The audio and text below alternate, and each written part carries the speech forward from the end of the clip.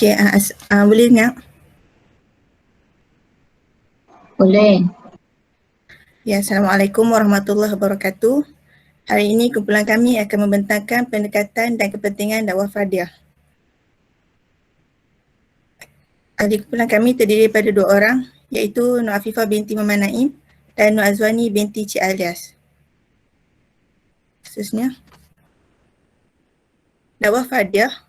Dakwah fardiyah ialah suatu seruan di jalan Allah Subhanahu wa taala secara individu dengan tujuan memindahkan al-mad'u kepada suatu keadaan yang lebih baik pada perkara yang diridai Allah.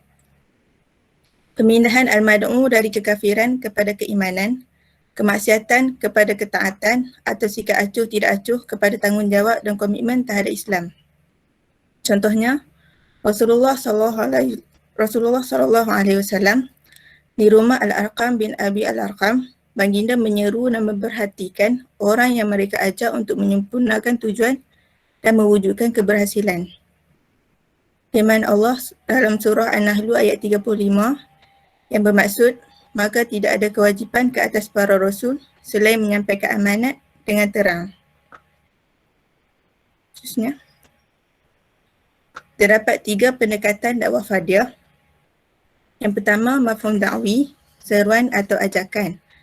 Seruan atau ajakan dalam dakwah fardiyah iaitu usaha seorang pendakwah untuk lebih dekat mengenal mad'u dalam rangka mengajaknya ke jalan Allah. Pendakwah perlu sentiasa menemaninya dan membina persaudaraan dengannya kerana Allah. Contohnya melalui persahabatan. Dengan bersahabat dapat membawa mad'u, dengan bersahabat dapat membawa mad'u kepada keimanan, ketaatan dan adab-adab yang membuahkan sikap ta'awun dan beramal ma'ruf nahi munkar.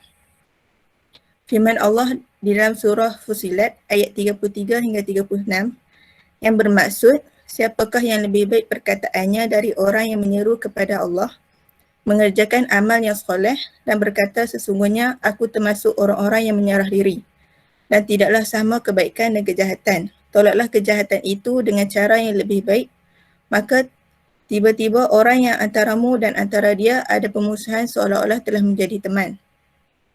Sifat-sifat yang baik itu tidak dianugerahkan melainkan kepada orang-orang yang sabar dan tidak dianugerahkan melainkan kepada orang-orang yang mempunyai keberuntungan yang besar. Dan jika syaitan mengganggumu dengan suatu gangguan, maka mohonlah perlindungan kepada Allah yang sesungguhnya dialah yang maha mendengar lagi maha mengetahui. Terusnya, yang kedua ialah mafhum haraki, iaitu gerakan. Da'i menjalin hubungan dengan masyarakat umum, kemudian memilih salah seorang dari mereka untuk membina hubungan yang lebih erat dalam rangka membimbingnya ke jalan Allah. Hal ini disebabkan oleh da'i mengetahui orang tersebut layak untuk terima kebaikan disebabkan keberkaitan dan komitmennya terhadap manhaj dan adab Islam. Da'i bergaul dengan masyarakat umum untuk mendekatkan diri kepada Allah dan menjadikan pergaulan tersebut sebagai suatu yang positif dan bermanfaat yang digunakannya untuk mengajak mereka ke jalan kebenaran.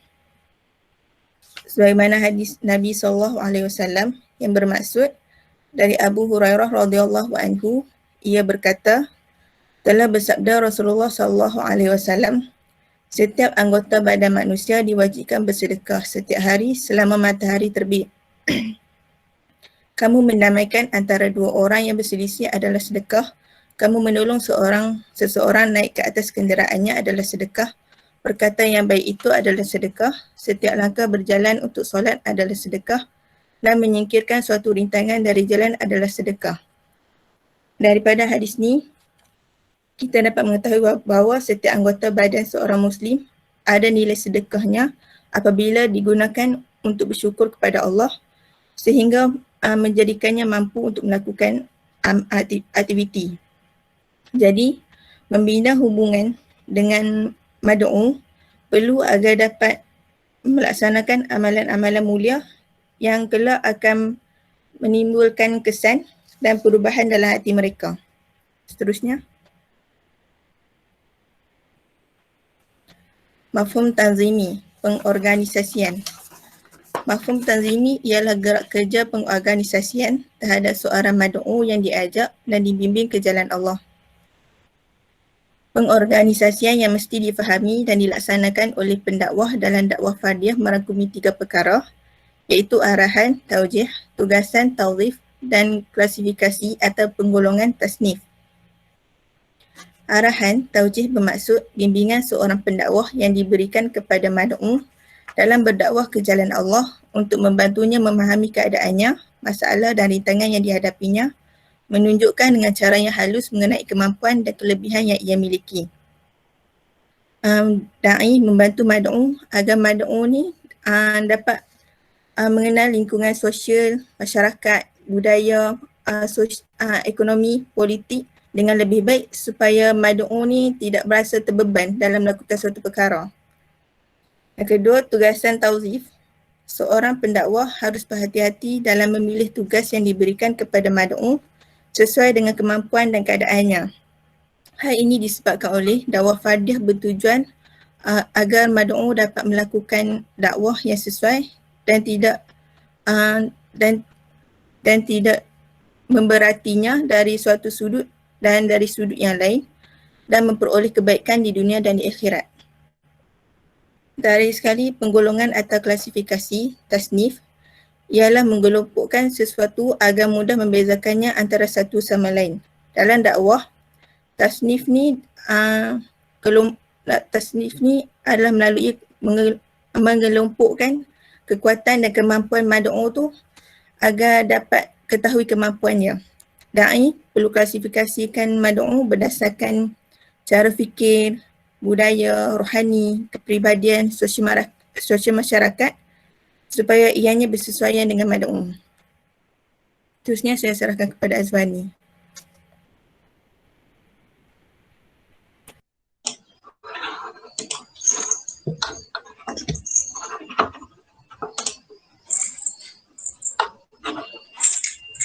Bismillahirrahmanirrahim.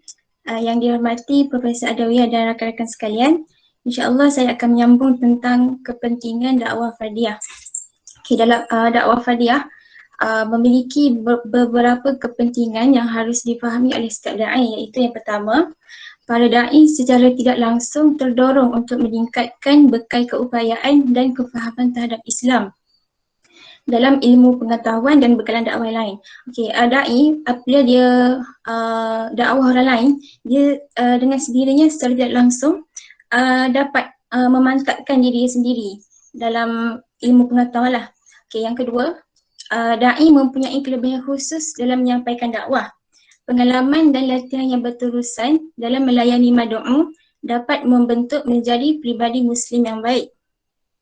Yang ketiga, kegiatan para da'i dalam dakwah fardiyah lebih tersembunyi dan diuji keikhlasannya kerana melakukan amal ma'ruf dan nahi mungkar tanpa mengharapkan sebarang imbalan atau balasan.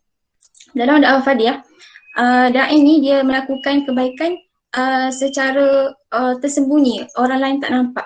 Jadi di situlah kita boleh tahu sama ada da'i ni dia melakukan kebaikan tu memang semata-mata kerana Allah ataupun nak mengharapkan pujian orang lain semata-mata. Yang keempat, mad'u dalam dakwah fardiyah adalah orang yang telah dipilih untuk dijadikan sasaran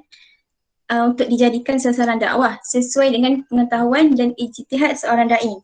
Contohnya, seorang da'i tu dia nak sentuh bab aurat contohnya. Mungkin sasaran mad'u yang disasarkan adalah kepada mereka yang kurang menjaga bab pemakaian ataupun sebagainya. Yang kelima, seorang da'i dalam dakwah fardiyah merupakan aktivis dakwah yang memiliki pribadi yang mapan dan mulia serta menjadi qudwah hasanah dan teladan yang baik bagi mad'u. Seterusnya, dalam dakwah fardiyah, mad'u mendapat banyak peluang untuk terus bertanya tentang apa yang tidak difahami serta dapat berkongsi masalah yang dihadapi dengan lebih dekat. Yang ketujuh, hubungan antara mad'u dan da'i kelihatan lebih erat, dekat dan harmoni.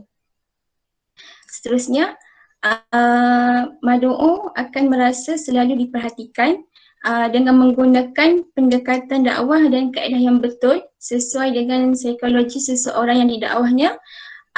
Hal ini akan memberikan kesan yang positif dan dapat mencapai tujuan dakwah yang dikehendaki. Yang kesembilan, tunjuk ajar dan bimbingan dari da'i yang menjalankan dakwah secara individu lebih berfokus dan efektif berbanding dakwah secara umum. Sebab kita tahu apa yang nak disampaikan dan sasaran mad'u yang hendak didakwah tu.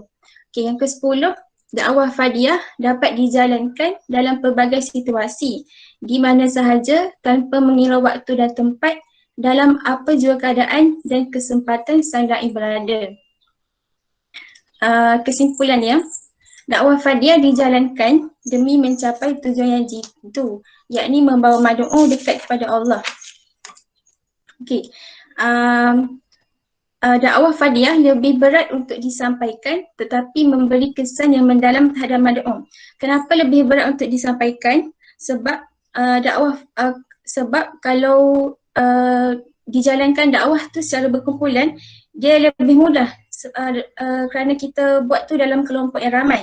Tapi kalau dakwah fardiyah, kita gunakan kelebihan kita tersendiri pada masa tu untuk ajak orang lain ke jalan yang benar. Okay, dakwah fardiyah seperti yang disebut tadi terbahagi kepada 3, iaitu mafhum da'wi, mafhum haraki dan mafhum tazimi.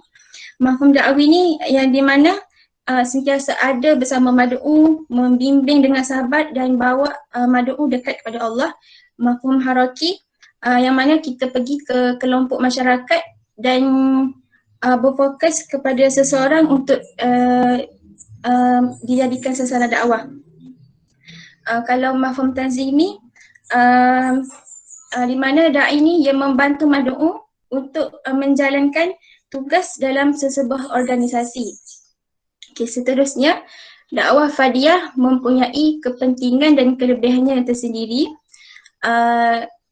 Dapat menyedarkan umat Islam tentang tujuan mereka diciptakan oleh Allah Subhanahu Wa Taala sebagai khalifah di muka bumi, dan yang terakhir sekali dapat mendorong mad'u untuk menjadi sebuah jiwa yang bermapan. Bila mana mad'u ni dah tercapai tujuan dakwah, bila mana kita dah dapat didik mad'u ni jadi jiwa yang bermapan, okey, secara tidak langsung mad'u ni dapat bimbing pula orang lain ke jalan yang benar. Okey. Jadi itu sahaja daripada kumpulan kami. Jazakumullahu khairan katsiran. Wassalamualaikum warahmatullahi wabarakatuh. Waalaikumsalam.